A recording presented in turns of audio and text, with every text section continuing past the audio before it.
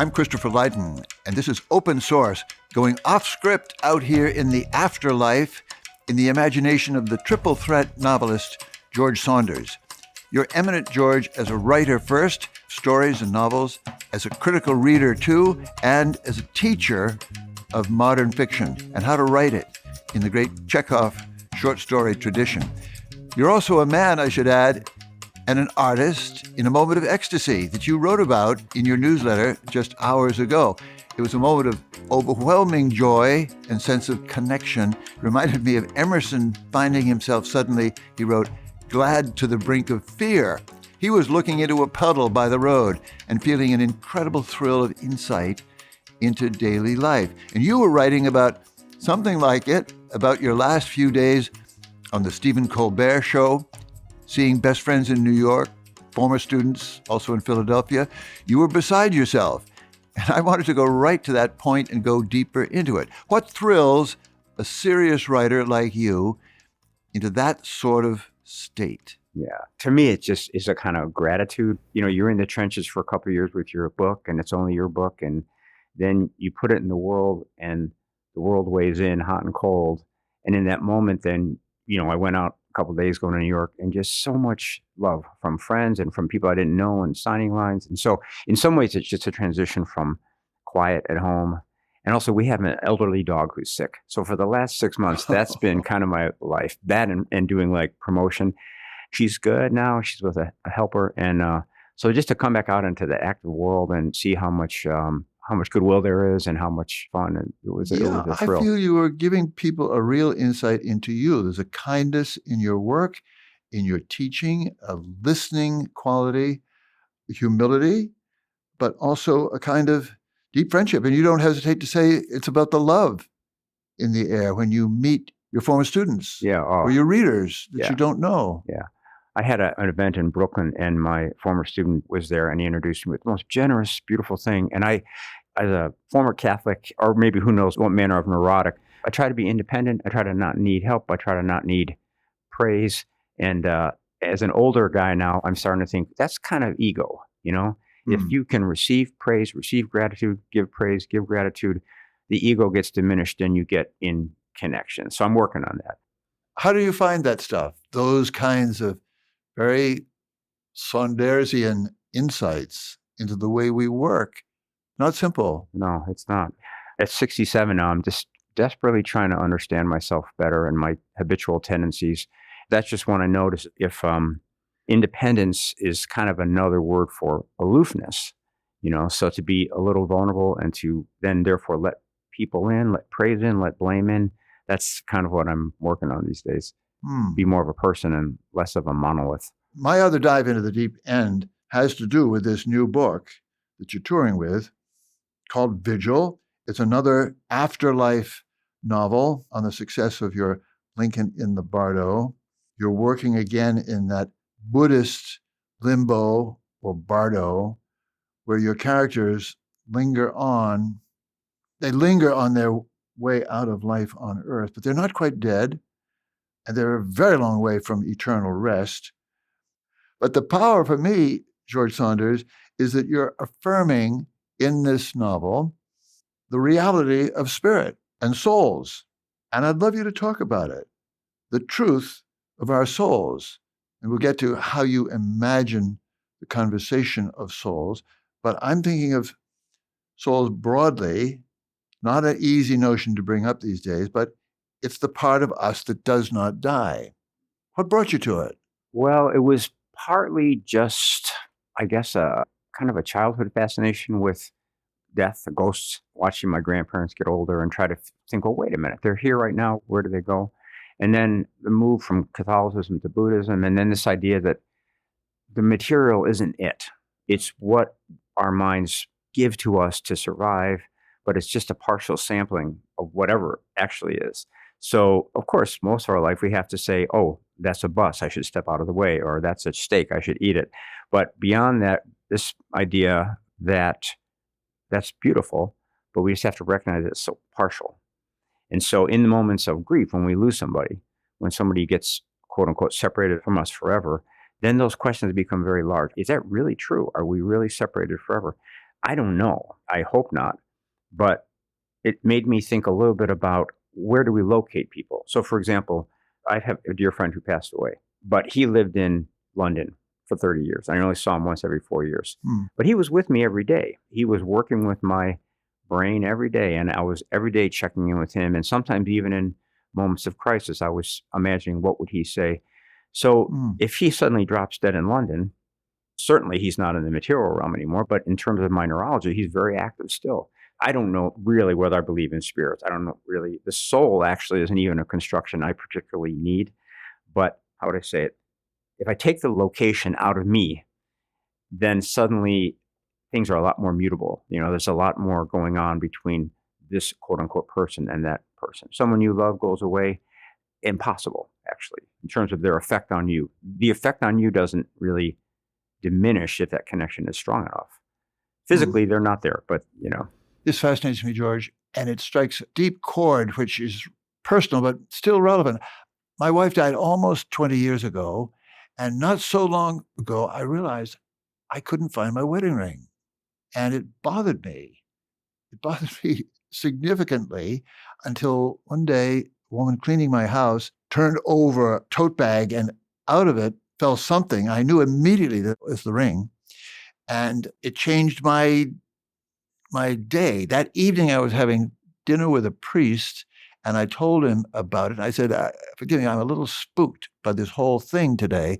And he looked at me and he said, Chris, her spirit is alive, with utter conviction. And I realized suddenly, I believe that's true. But I had something to hook it on that was very, very real as your excitement on tour. It's funny. I'm glad that you have the ring back. And I just was kind of fingering my own to make sure it was there.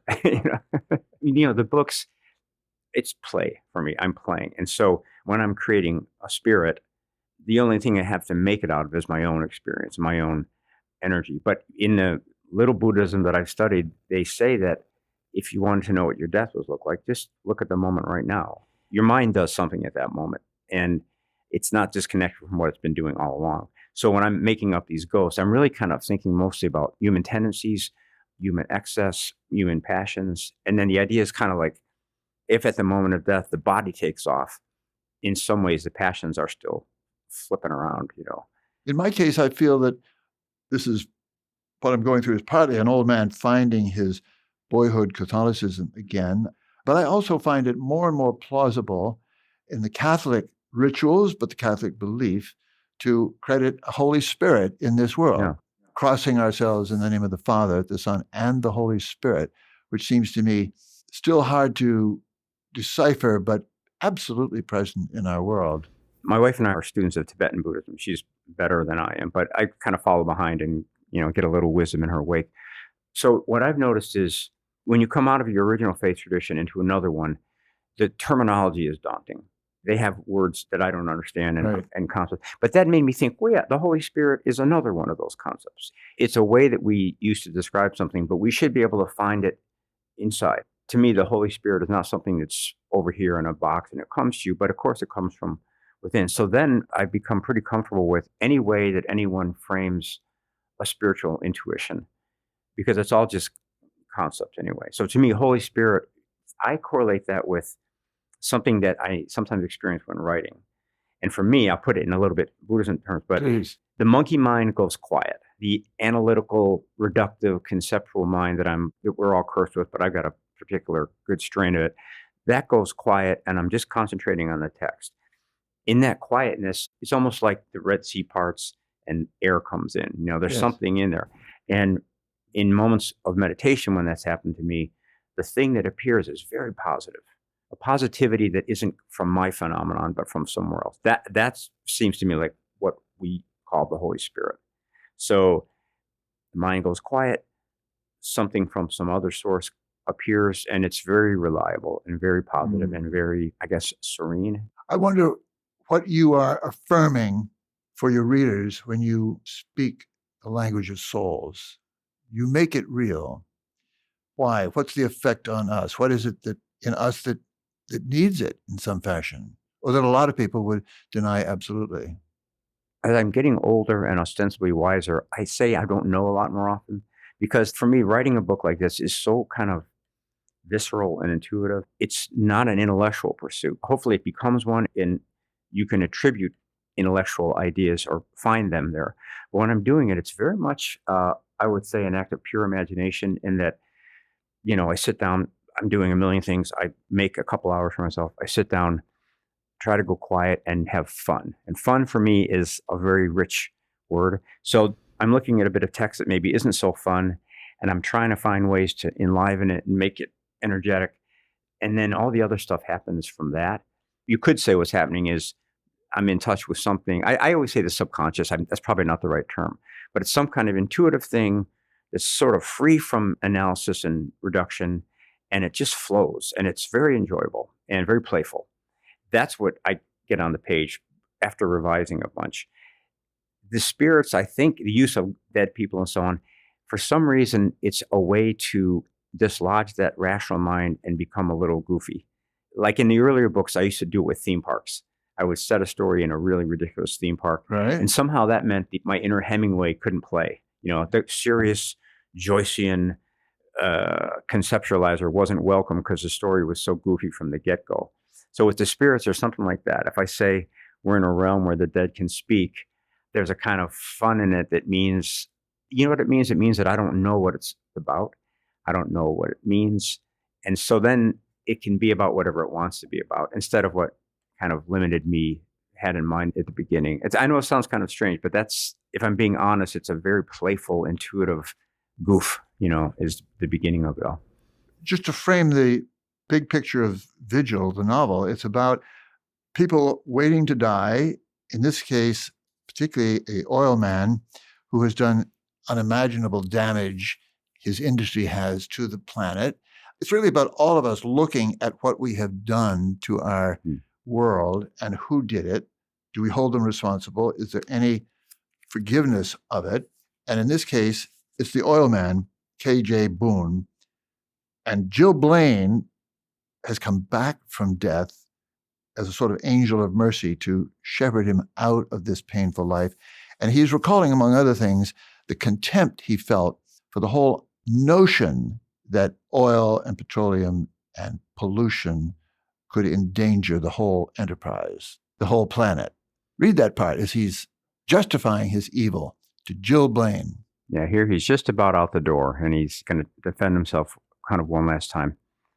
So he describes this as a view supported by the, yes, he could say it now, apparent increase, anecdotal, but still, in the frequency of certain extreme weather events, occurring so frequently recently that before his illness, he'd gotten in the habit of turning off the news before the weather came on. The weather made him anxious. He felt blamed by it, which was absurd, but then the weather had started bleeding over into the real news, so he'd stopped watching the news. Who needed it? Nothing new under the sun. Who needed to see, for example, the filthy, storm-surging Mississippi flooding a kid's birthday party, at which some photographer, intent on tugging heartstrings, had found, arranged more likely, a cluster of pink birthday hats on a little tabletop floating away downriver. Not new.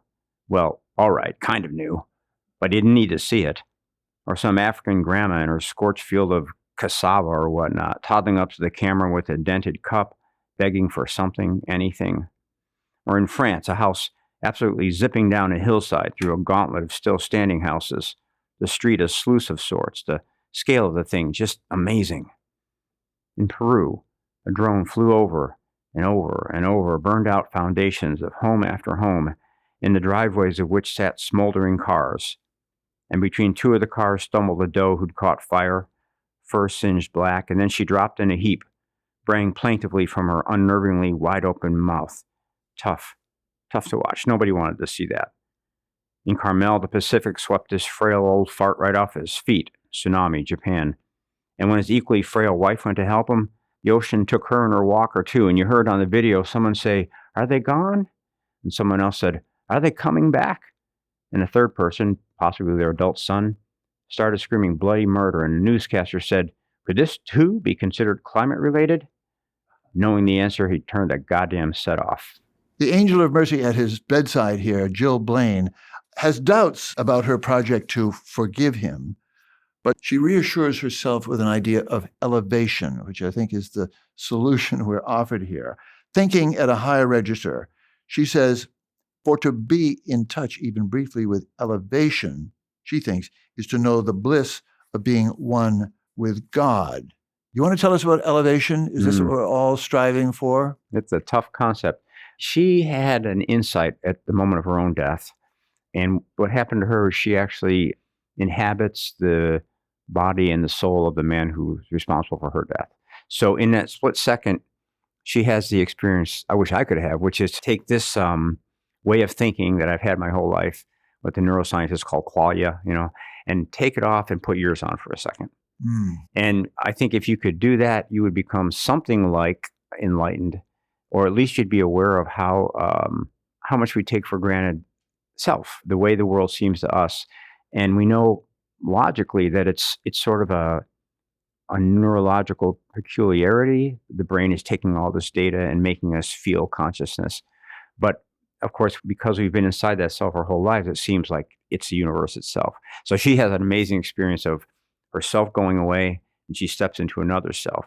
And this gives her, it makes her so happy, and it makes her have a different view of the world, which she calls elevation. And so it makes her feel very forgiving and generous. And I think what we find out over the course of the book is she's been touched by a beautiful idea, and she doesn't quite execute it correctly.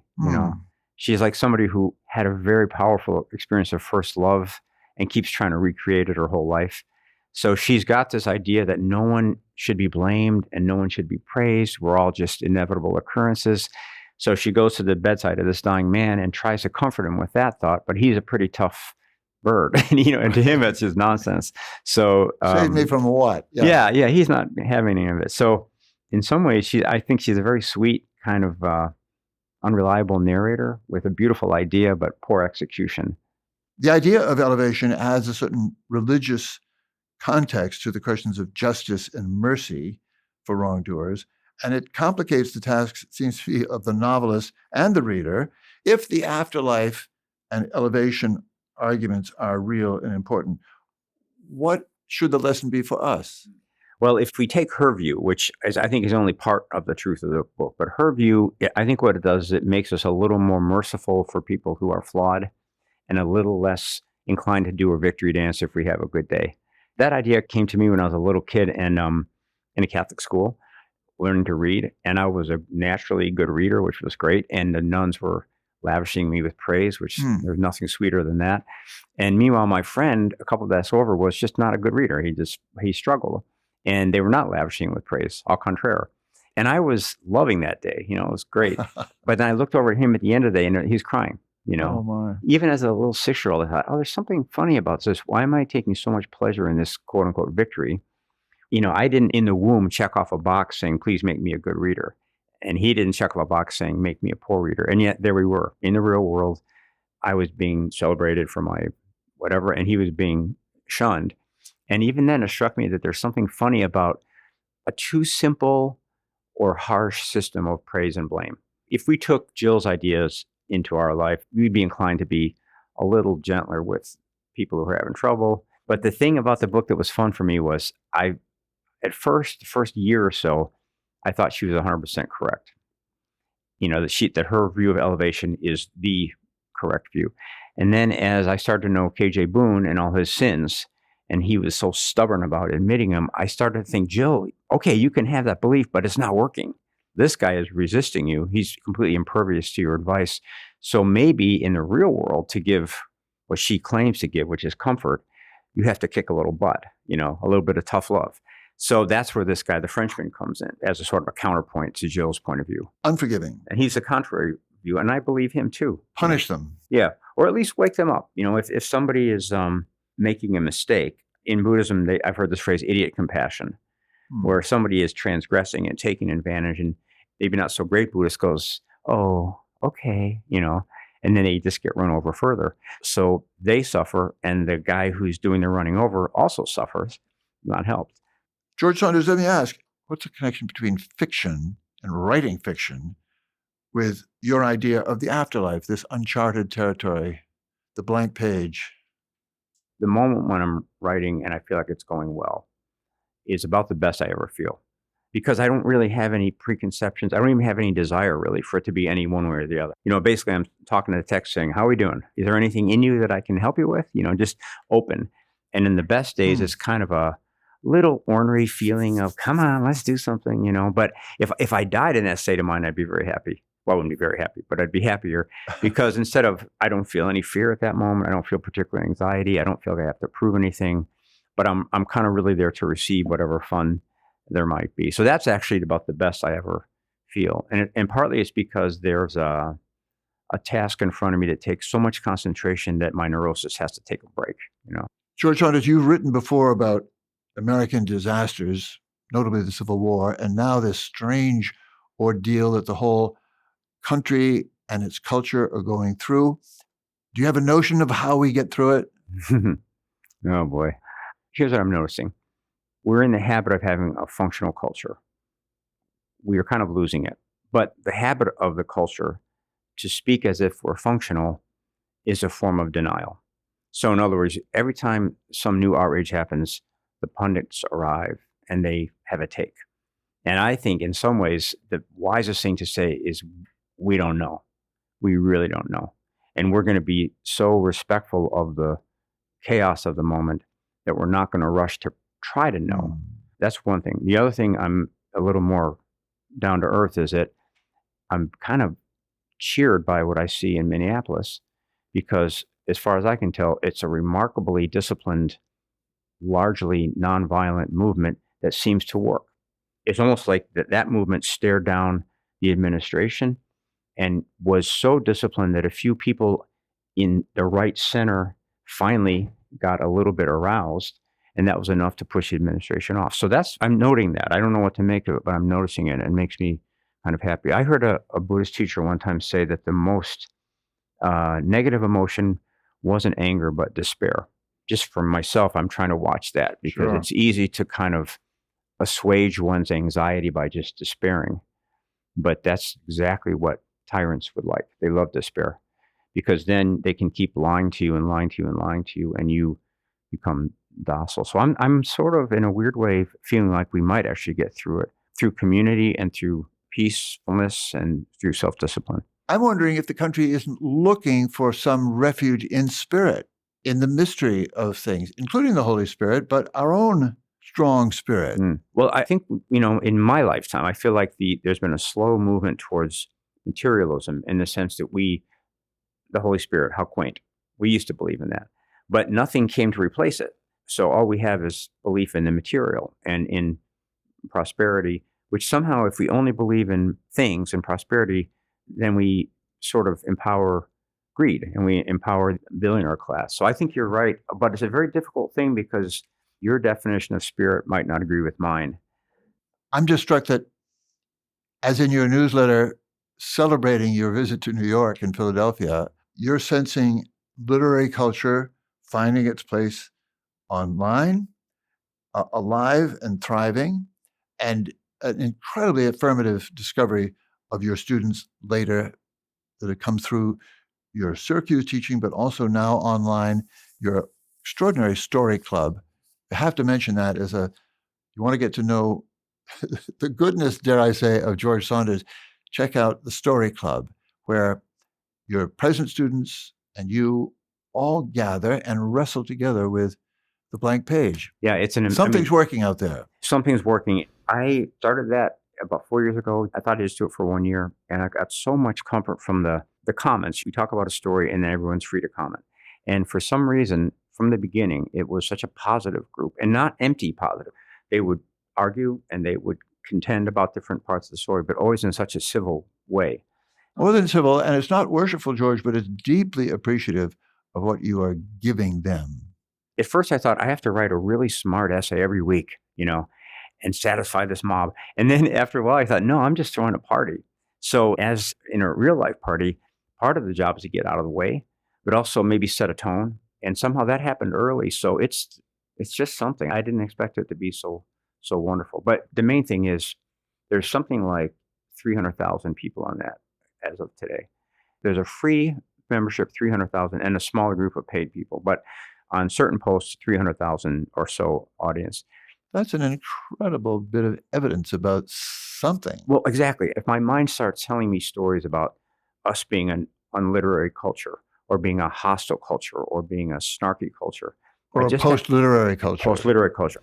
We talked about not long ago the Caffeine and Porter story called Him or He. I can't remember the name now. It's a really troubling story, beautiful. And the comments of that, it was like having tens of thousands of really brilliant PhD students with great hearts taking this thing apart. They offered a little essay, but I learned so much from the comments. So it's been a real blessing. But the main thing is to say, when one's projections tell us that we're a hopeless, negative, snarky culture, it's not actually true. You know? It's very revealing to me. It's practical in a certain way, but it's also very exalted and very ambitious. I love the question somebody raised the other day is, how do I know the difference between my writing and a story? And when does it become a story? And you answered, as you answer a lot of people, I've been there. I know exactly the torment of, is it a story yet? What will make it a story? What are the other kinds of things people want to discuss with you? So many. When do I know I'm finished? When am I done with the story? Is it necessary that I send stories out? I've been stuck in a story for 2 years. How do I get out? I mean, everything you can imagine. For me, it's so much fun having taught at Syracuse for all these years. You start to recognize certain patterns, and the patterns stop being about writing and they start being a little bit about the mind and about people's habits. So that's really nice. When a person is having a writing problem, or I guess any kind of problem, it seems like they're the first person to ever have it. They feel that it reflects badly on them. They're failing. But when you've seen the problem recur, you say, no, of course, it's not even a problem, actually. In writing, if somebody hits an obstruction, that's often really good news because it means that they're not just doing what they wanted to do. So to some extent, they're listening to the story and the story is resisting their first intention, which is great. So a lot of times it's in my teaching at Syracuse and in the Story Club, it's simply a matter of saying, how could anything in your process be wrong, actually? You're trying to do something, you have standards, and sometimes your standards stop you a little bit and it pauses you. That's not really a problem. It's actually great. Anyway, it's a wonderful place, and the questions are very high level. They're really smart. So I feel like if I just look back at the 20 years of teaching at Syracuse and answer with some friendly feeling, it'll maybe be helpful. Who is helped or hurt by reading the masterpieces that you love so articulately, the Chekhov stories? We've talked about The Student. We've talked about the story about love, or the Dostoevsky masterpiece that I love to reread, The Dream of a Ridiculous Man. When did that become a story? It's unforgettable once you get there. But does that help or hurt to read the masters? Oh, I couldn't live without it. That's you, and you're over the hump of becoming a writer.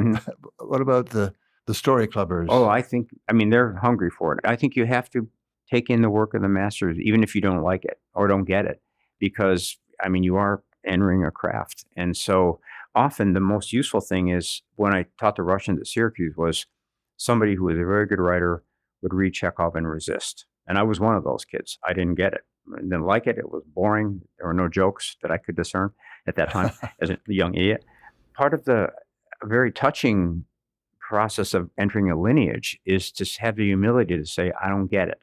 Can you help me? Not to say, I don't get it. It doesn't matter. And so in Syracuse and in Story Club, to say that resisting a story is a totally valid response. It doesn't take you out of the game at all.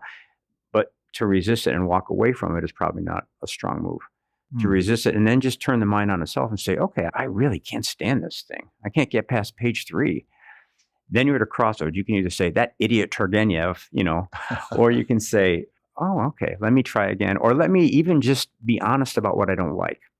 There's a story in I have a book called A Swim in a Pond in the Rain. Of course, we've talked about it. And in there's a story called The Singers by Turgenev. And for years, I taught that story maybe about a third of the way into the course. So the students sort of trusted me, and they'd hit that story, and I'd come in that morning, and you could see they were shooting daggers at me, like, why did you assign this boring thing? And that was always exciting because I would say, all right, you didn't like it.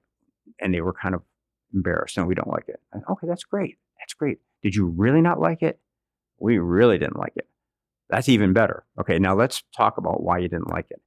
Because that's a masterclass in one's own aesthetics. If I put on a song and you go, oh God, that's ridiculous, that's okay, because that tells me that you have a high standard for music. You know what you like. So that was exciting to me to realize that any reaction that a person has to a story, from ecstasy to hatred, can be used in the teaching of the story, especially if it's powerful. That's all the better. Because ultimately, you're not really trying to learn about Turgenev. You're trying to learn about you. Exactly. Yeah. What do you like? Exactly. What do you not like? George Saunders, you're becoming a very valuable and large character in our culture. God help us. The briskly whiskered national asset, as Dwight Garner put it the other day. Now and ever, the nicest guy in the writing business. You've been very generous with me, and I'm thrilled to see that your gig in Boston is sold out. You'll sell 700 or 800 books tonight. They'll all be pleased. It's a great privilege to sit and gab. I always love talking to you. Thank you for having me. Thank you, George. George Saunders' new novel, In the Afterlife, is titled Vigil. In the real day-to-day, he is the teaching host at the Substack site called Story Club with George Saunders, a place, as he writes, to explore the way the short story works. Here at Open Source, we count on listener support. If you haven't done your part yet, please go to radioopensource.org/donate. Pitch in and leave a comment to keep the world's first and longest running podcast going strong. We're proud to be a founding member of Hub and Spoke, a Boston-based collective of independent voices in podcasting. Check the wide range of our interests, from technology, to art, to history, to politics, at hubspokeaudio.org. You'll be glad you did. And thank you.